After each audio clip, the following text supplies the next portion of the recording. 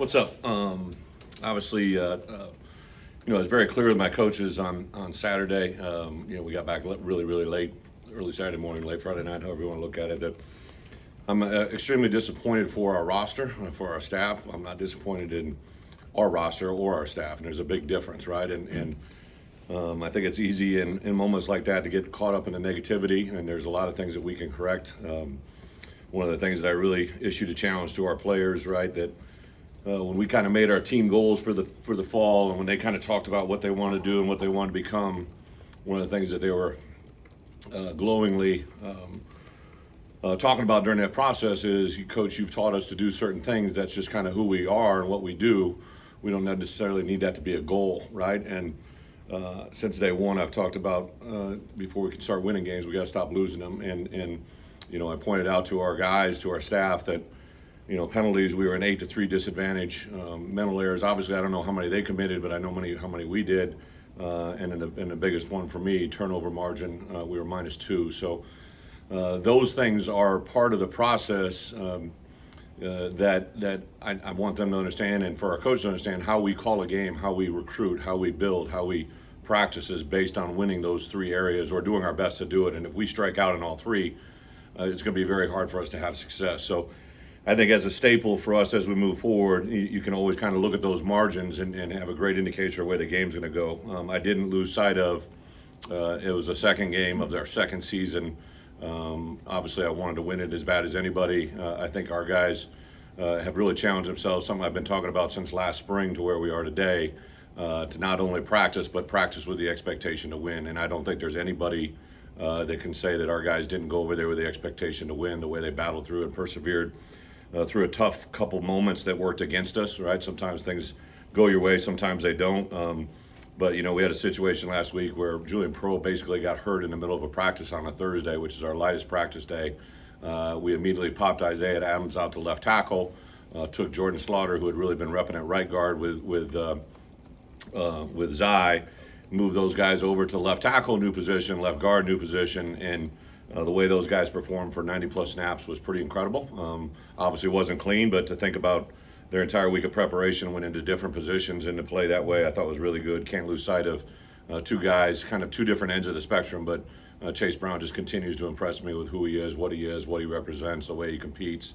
Obviously got hit with a tough play, tough hit, and came back even tougher than ever. Brian Hightower just continues to show me on a daily basis how much improvement he's made since we've walked in, and the attitude he carries. I got an incredible message from him. One of the things that happened the week before, I think I mentioned it, Pat Bryant, I think, made a catch in the Wyoming game at the end of the half where I didn't see him tell me he caught the ball. So we made a huge point in our program. Listen, I want you to have faith in me, and I got to have faith in you. So if you tell me you catch something, I want to know, because I want to be able to review it. And when High jumped up, you see him not celebrate, not do anything, but look at me, look to our sideline, and tell me he's catching it. That's a huge moment, right? It gets probably unnoticed by a million other people, all right? But for me, that was everything. He shot me a text. He said, Coach, I wasn't lying to you. I caught that ball. And I shot him a text back. I said, my friend, I don't need you to tell me that, because I knew it by the way you got up and the way you responded. And that's the way we're going to operate in that moment. Also, a couple other guys that I think persevered, right? Isaiah Williams, I know he took responsibility after the game for some of the things that he knows he's got to do better. But for him to play the way he did for 4 quarters, he was kind of battling some elements going into it, and I give Luke Ford a lot of credit. Luke, obviously got caught with a tough hit. It was a bam play. Tommy really tried to help him by throwing it on the back shoulder, but obviously a great defensive play by their guy. And then obviously the hit on Chase, everybody's going to look at it as something that Luke could, with emotion, that defender started to motion away. Luke can't move because he's stationary by rule. He can't change, and that guy created an angle that he made an incredible play and break, which caused a turnover. But you take all the other plays Luke was involved in. He blocked backside and then some C area plays. It was really pretty good. Defensively, I can't say enough the way the game started with Spoon. Just a really explosive player that sees, reads, reacts. The things he saw before that snap even happened, and the way he pulled the trigger, that was a bam play. Really, that play is very comparable to the Chase Brown play. Just both of those rulings went against us, right? Like, they went in favor of Indiana. I'm sure it was a correct call, but it's just one of those things that it's just unfortunate the way because that could have been a scoop and score for us and literally changed the game from the first play, but it didn't happen. And then another guy, Johnny Newton, is just. I've kind of said it all along. Johnny, I believe I saw the PFF thing. Somebody put it on my desk that he led all Division I football in pressures and hits on a quarterback, almost double the number of any other D lineman in the nation. And to do that as an interior player is really, truly incredible. And the great news is Johnny is probably going to push himself to even be better this week just because how he's wired and just a really, really special player right now. And then I give a lot of credit to Caleb Griffin, who obviously in the Wyoming game, things didn't go his way for him to operate and function the way he did as a kicker, not only in the field goal, which everybody looks at, but for us on kickoff coverage, we really had to cover one kick, right? And just really give him a lot of credit for what he did there, and a lot of other good examples as well. So just like everybody else, we got to turn the page, to hop into Virginia. Tremendous respect for this program. It's a little bit unique, right? We got done with the game last year, saw them take the victory kneel, and knew that we were going to have to play them this year, not really expecting them. They became a bowl-eligible team, but obviously transition with Coach Mendenhall for whatever happened there, right? So now you're dealing with a new head coach, Coach Elliott, who has had a tremendous respect in our business. Offensive coordinator Des Kitchens is a guy that I've had on my eye on. He's an incredible football coach that has been very well thought of in our profession. He's getting his first opportunity to coordinate. And then their defensive coordinator, Coach Rudd, is a guy that had been at Air Force. Coach Calhoun and I are very close. I've got 3 coaches on my staff who worked at Air Force, so they're very aware of how good a coach he is and where he's at. So they have 3 new coordinators, including their special teams coordinator, and offense, defense, and head coach. Kind of the tale of two cities offensively. Their quarterback, obviously Armstrong is a very talented left-handed quarterback, so it's tough to simulate a left-handed thrower. Was a very impressive guy. Up front, they have a lot of guys making their first starts. They really got a lot of transition in the offensive line, but in the back end or in the wide receiver running back position, you have guys that have played 30-plus games, 32, 34, 36, 25, 28. It's just a lot of experience at the running back, wide receiver positions and tight end. Defensively, they're completely different kind of where they were a year ago. Coach Mendenhall and his background, what they ran, there is some carryover, but you can see the things they're doing are different from what they did a year ago. So we know that we're going to get great improvement from their units from game one to game 2. A tremendous challenge to come in here, but excited for our guys. I think they're going to have a good week of preparation. A challenge to come back as late as we did, to play as many snaps as we did. Hydration, fatigue, all that stuff factors into it, but we'll get them back this week, and I'd be very surprised if those that want to come to the game on Saturday, I think, are going to see a very motivated football team to be successful and hopefully have good results for Saturday. So with that, I'll open up for questions. Bret, what have you learned in your years about how to coach a team through a tough, close loss like you just had, and how to flush that? Yeah, I think 2 things. So first, it always helps when you know your team. So a year ago, maybe coming out of the UTSA game, right, I didn't quite know how to handle our guys, the buttons to push. We got back literally at 3:30 Saturday morning. I crashed on my couch because I knew I wouldn't be able to sleep. So I got to watching that film, and I would say before noon, I'd already heard from a lot of our majority leaders about what they want to do, how they want to go about it. It's kind of nice when you, as a head coach, know that before you have to say or do anything, your team leader's already taken that perspective. So I think that's one factor. And the second thing is, you have to really understand that these guys, hear the same things, do the same things that you guys do. After a loss, you naturally take an element of negativity, right? And it's very common in today's world to sound off on that. One of the things you have to do is realize there's a lot of really good things that happen. I'm excited as a head coach because, my perspective and my desires have always been to build this thing the right way and let us have a sustained success. And I can tell right now, just the early reactions, right? Like the expectation was to win that game, just like I wanted to be, and that's changed culturally around our program, which is great. That's a step in the right direction. So all those things are positives if you do them the right way. Coach, are 2 games enough where you can look at the film and determine if you need to tweak anything personnel-wise? I think we meet every Sunday on personnel. So, if there's other personnel options out there, I'd love to hear them. But I love the personnel we got. Like, I think one of the things Barry Lunny and Ryan and Sean literally do is really challenged those guys. We met this morning as coordinators as well as yesterday, and really said, hey, let's get our best personnel on every snap to win, right? And Dark Angelo is playing great rest for us at linebacker. He starts on 4 core phases. Kendall Smith is playing good football for us. He starts on 3. We've narrowed him down to 2. We got guys that I call 4 core guys: Fadonzo, Ryan Mead, and really a couple of other guys that play through. Dylan Rosiak, another guy that plays every 4 core phase to the highest level, and hopefully that's going to give us a chance. So I think we maximize our personnel. Once you get into a season, you got a roster of 74 guys you travel with, but it's really about 60 players that kind of determine your success. 30 on both sides of the ball with a handful of special teams guys. So I love our roster. It's where it's at. But we're always going to try to maximize our personnel. It's a fair question. But I'm sure there's a place every week you have discussions with the Big Ten referees about. But when a big play like that happens, like what is the feedback, or how do you go about that? So ironically, after the Wyoming game, I sent in 8 clips. After this game, I sent in 8 clips. I got the results back both last week and this week. Part of our agreement with the Big Ten is we all just want to try to get better, right? So I don't really make public what they say or what we do. I would say that there isn't anything that we did during the course of the game that causes me to rethink what we do going forward.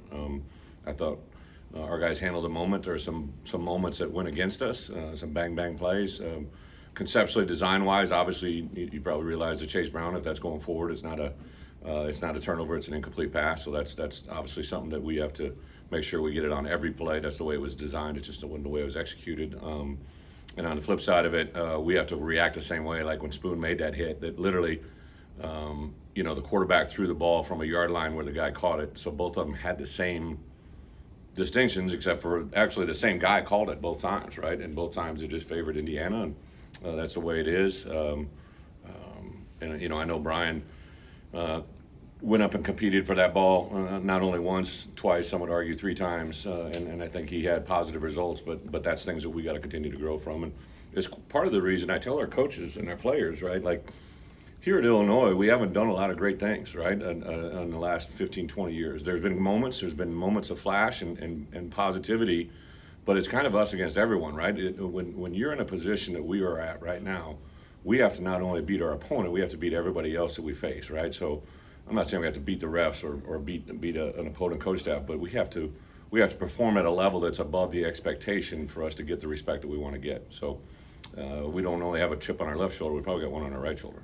Ray, you mentioned Kendall Smith, and I'm sure he'd love to have the one that goes over his head in the first half back, but then first drive of the second half he makes that pick. Is that something that a 6th-year senior can only do, where he's not going to make that same mistake twice and he can go make a play on that? Matt, it's probably a great perspective in our room. Like, Kendall has not played a lot of football here, right? So before our first game, going into game week, Kendall approached me and he said, Coach, can I talk to the team? And I said, I kind of have a rule, right? If you want to speak to the team, I'll give you open mic. And Kendall got up and gave a talk about really not even being off the look team until his 5th year last year. And then he entered a portal because he basically thought that, that his opportunity to play would be limited here. And then obviously when certain things transpired, he came back. So even though he's a 6th-year player, he's literally working himself through the first year as a starter. And I thought Kendall's growth from that first to that second, and to be quite honest, we overcame that moment, right? But like, he got hit with a taunting rule. I asked for an interpretation of that, so we grow from that. But that put our offense in a position to have that first score in the second half, which was, obviously a big part of the game. You talked about you're paper thin at certain positions on Friday night. What does that look like? How does that manifest itself in the course of the game? Kind of affect you there? I give a lot of credit to our coaches. Like, so like when Julian Pearl went down last week, literally I went up, checked on Julian, I talked to the trainers, to JB and that crew, and by the time I turned around, Bart had already made all the changes we had talked about doing. So one of the things we do on a weekly basis, we kind of call it our roster rotation. So like we'll go into a game, here are our 5 starters at the offensive line, but it's like 7 for 5, right? So if these 5 players start, if something happens at this position, we go to our 6th player and plug him into the best position, and to our 7th player. We kind of go down each position, like at linebacker, right? We're a 3 for 2. At defensive end, we're kind of like a 4 for 3. It's how you maximize your roster without slotting them into positions. And at certain positions, it's critical. And then you look at I'll just say this: I couldn't have been more. I was upset with Taz at one play, and then I was extremely proud of him the next play, right? So obviously, in the heat of the moment, you can't lose his cool like he did, but to respond a few plays later and create an opportunity, and Taz had been battling a little bit of soft tissue, and he just basically said, I can't. He was worried about re-injuring, re-aggravating. That's why he wasn't out there to start that, and then he got into play and he dug down deep and put himself back in that position. So we have to also be smart about our players, right? Like player safety is always our premium with us. We don't want to put themselves in a position like Julian this week. I think he's going to be ready to go Saturday, but my biggest concern I told him and the trainers was like, let's not put him back, right? Because I think he's going to be a phenomenal player when he's at full strength. We just got to make sure it's got to be there. So it's kind of, to your point, it's kind of a case-by-case basis. Is it a work in progress looking for a second back? 36 carries seems like a lot. Yeah, that's a great point. I think we went into that game with the expectation that Reggie and Chase, we knew exactly how both of those were going to be entered in the ball game. We talked about it during the course of the ball game. I think the way the game unfolded, Chase, it's hard to pull him out, right, for Chase alone, but let alone his coaches. But on the same account, I think Chase and Reggie this week, we've got to give them a tremendous amount of work so that they feel confident, everybody else feels confident when they possibly enter the game. And then the other guy that's an X factor, Aiden Lawfrey, really wasn't cleared until last Wednesday to play, so we didn't feel comfortable putting him in. But there's another third guy in the rotation. But I'm excited for Reggie. I'm excited for Chase Hayden and Aiden to see exactly what they got this week, because we definitely can't put a 30-plus carry on Chase Brown every week. Who is logistically the guy who is scout team for Brennan as a left-handed quarterback? Like, who do you put out there? Well, I think the element of what we have to do schematically this week for our offense has to give us still the best passer to throw, right? We don't have a lefty into that category, so we do have some guys that throw the ball left-handed. We'll mirror that in our individual time because it's a different. So if you have a right-handed thrower, right, your mirror of the throwing hand is totally different than a left-handed. So it's kind of like when you're going against a right-footed punter versus a left-footed punter. You have to make adjustments during Indy, but you really can't adjust the team. Completely off topic, I apologize for that, but did You see usually the- are. Did you see the news report about expanding the college football playoff? What are your thoughts on that? Yeah. I think as this game has evolved, like I remember my first year as a head coach, we went 12-1, and we were limited in the BCS because at that time the Big Ten could only have a limited number of BCS schools in the works, and I was trying to push us to get 2, and that was the rule back then. So literally from the first year as a head coach to where we are now, the rules have always changed. I think they've always improved, and I think this is another great example. So the more people that get involved in the playoffs, I just don't see how that can be anything but a positive. How did the transfer windows affect how you build your roster? Yeah, there's still some uncertainty and questions on that because, certain guys, literally since fall camp has started, have already entered the transfer portal, right? But, on your ability to recruit them, how you can roster count, right? I remember last year, right about midseason, Derek Smith came in and said he wanted to transfer, right? So he entered the portal, so he was out of our conversation. So there's still some works in progress. I think the NCAA is giving some clarity, but to me, I think just to clean up that world a little bit, but there's a couple of key areas for us, right? So we are basically a semester-oriented university, right? So teams that are on tri-semesters are at a distinct advantage during the winter because if they're in school, they can have visitors or X number of days beforehand. So you can't have an advantage based on your school system. I just don't see that's inherently fair in the NCAA world. So there's still just some guidelines I think we're going to still deal with and work with, but I think it's a positive step for sure. Coach, this game against Virginia was set up long ago, before you got here. Down the road, when you can start deciding, hey, let's play this team, what's your thought on that? With 3 games, probably, what do you think of going forward? Yeah, I think, Bob, first, it's kind of referencing the same question that Doug gave me about the college football playoffs.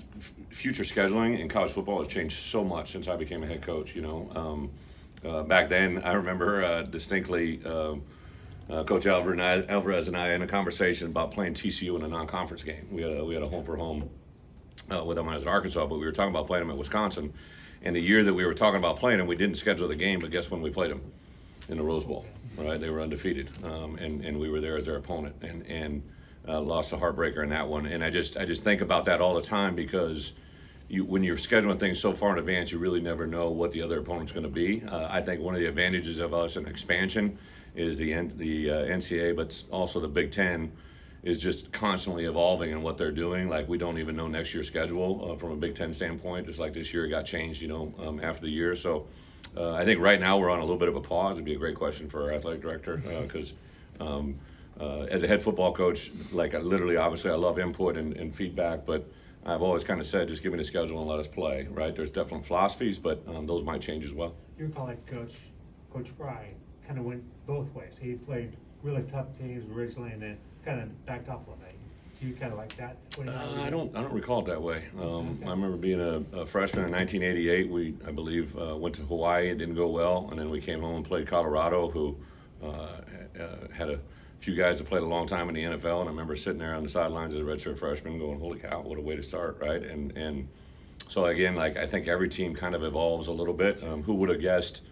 Last year playing Virginia, Bronco Mendenhall had this team, put in a position to go, and then the way it unfolded, they have a bowl eligible team that they transition out of. Like, it's an unpredictable world right now in college football. So it's very unique. I remember my first game as a head coach was against Bowling Green in Cleveland Brown Stadium. Omar Jacobs was a quarterback. He had went on fire the year before, right? And we played very well and won that game. But a year earlier, they were a completely different football program. So sometimes the difference can be just that much of one player. Brad, I know it's only 2 games, but are you getting what you thought you would get out of Hank Beatty, or has he exceeded what you thought? Yeah, so there's another case in point. Hank Beatty was a guy that was going to be a game time decision to play. This past week he had a soft tissue injury that he battled through, put himself in a position. Obviously, it was 1 for 1. But I think as we evolved to the question about personnel, like, these freshmen show you things, right? Gabe Ackas played a lot more reps. I think Aiden Lawfrey will be another guy that comes into it. Obviously, Sean Miller couldn't play, this past week, so that put a little bit more into Hank. I think Hank backing up Isaiah is a really ideal thing. They have very, very similar skill sets. Both of them are great catch and run guys. Both of them are very, very, in my opinion, football IQ. They both played quarterback. Hank played quarterback at Rochester, so there's some great carryover there. I think the combo of Hightower and Casey Washington is really special. Now, to get someone over there behind Pat Bryant, because he's kind of a one-of-a-kind kind of guy. He's a very unique player, guy that's playing at a high level. But I think he'd be the one who would tell you he wishes he had 2 plays back on Saturday, right? So I couldn't be more excited about the growth of that wide receiver room. Is there an update on Sean? Yeah, unfortunately, he won't be with us the rest of this year. He'll have surgery that will be a season-ending deal. They kind of haven't nailed down exactly how it's at, but it's obviously something that'll take him out for the rest of this year. Brett, you mentioned it. Like, you guys did some really good things Yeah. outside of those core areas. So when you have a loss like that, like, how much do you balance the positive in the film and things you need to correct? I think it's just human nature, to be quite honest. Like, that whole bus ride home, Saturday, it was our players' day off. I met with our coaches, let them have a minute to process it, and then that afternoon we met and went over it, and I said this is one of the worst parts of our job, is to have to come in after a tough loss that you care about your roster, you know how much it matters to them, but you have to correct the moments, and as coaches we have to correct some things obviously as well. So I tell you, players always bring you back, right? Like, it's old true saying, right? Like, your youth and your players, the vibrance that they have and the understanding that they have to correct mistakes is really at a high level. And a year ago, I just didn't know if it was okay. Yeah, they're just listening to me, they're nodding their head and they're agreeing. Now I know the passion. They actually, had a conversation amongst themselves as a group of players that I think they really went over a lot of things. I was more excited last night. We had a meeting for about an hour and a half that went through our special teams and our offensive and defensive film. Then we took a 15-minute break. We came back in and I jumped into Virginia preparation, and I could just see the excitement and energy from them to get ready for this game. So Tuesday's practice, Wednesday's practice, I've scheduled it in a way to kind of be get them back refreshed, but also have high energy, high tempo, and hopefully hit the ground running on Saturday. The good news for us, it's our second game at home. It's the exact same schedule as week 1, so there is some familiarity there that's pretty nice. Of those texts that you said you got Saturday morning from some of the guys, is there any one that you can share that stood out that you kind of reinforced? High was impressive to me, right? Like because it was a point of emphasis, so I knew how much it meant to him, right? That would be one, just because I've just been incredibly. It's a blessing to be around High. Like, as a coach, you know why you coach and you know why you do things. I think the adversity that he's lived through since I've been here, even before we got here, the transition from Miami to here, some people in his life have been through some things he had to live through with us. I remember the first time I came in, and he came and met with me, he asked me to change the number 7 and why he wanted to do that, which was just a moment he and I had, so like there's just a lot of really cool moments in seeing him play the way he was. And I mean, when that ball went up, like I'm like, okay, I like this matchup, right? And unfortunately, I didn't like the end result, but I would call that play 100 times over. I'd have Barry call that play 100 times over again. Yeah. Finish up with this one. Taz and Jamal, are they expected to be you guys this week? Yeah. Next week? Taz and who? Jamal Woods. Oh, yeah. Taz, he's 100%. He felt really good yesterday. But again, he's a guy that didn't practice all week. Powers that be, because it was a Wednesday, which was like our Thursday, he actually has a class conflict, so he wasn't in practice on Wednesday. So I just really give a lot of credit to Taz. Again, that moment, this is the first year that he's been starting, right? And he's going to learn from that moment, but all of us need to learn from that moment. And then he made that big play to strip it out. And then Jamal's kind of a work in progress. Don't know yet for this week. It's not anything catastrophic, but a little bit on a wait and see mode for him. Thank you guys. Thank you.